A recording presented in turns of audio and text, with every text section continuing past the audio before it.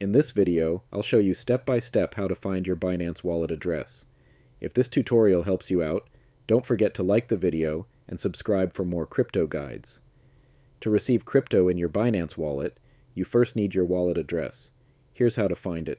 Start by going to the top right corner of your Binance dashboard. Hover over the wallet icon and select Fiat and Spot. On the right side of the page, click Deposit. Then choose Deposit Crypto.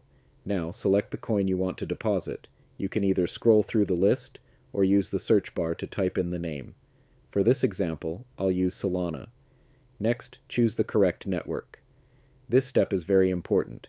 If you send crypto to the wrong network, your funds might be lost permanently. Once you've selected the network, your unique wallet address will appear. To copy it, just click the copy icon, the two small squares to the right. Now you can paste this address wherever you need, whether that's in another wallet or on an exchange you're sending funds from.